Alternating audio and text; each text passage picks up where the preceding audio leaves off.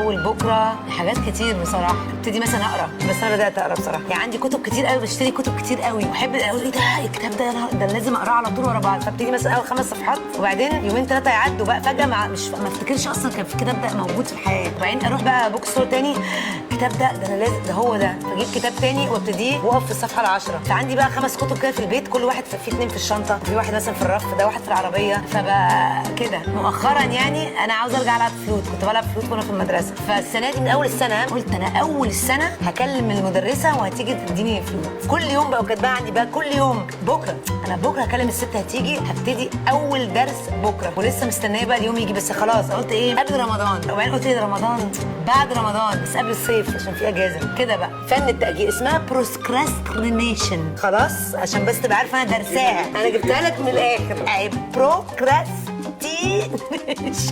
فن التأجيل اللي هي انك تقعد تماطل في الحاجة وتأجل، تقول انا هعمل ده بكرة، لا هعمل ده بكرة، فبتيجي وقت بتنزل، ما انت مش هتبروكراستينيت العمر كله ولا ايه؟ لا يعني هبدأ يعني.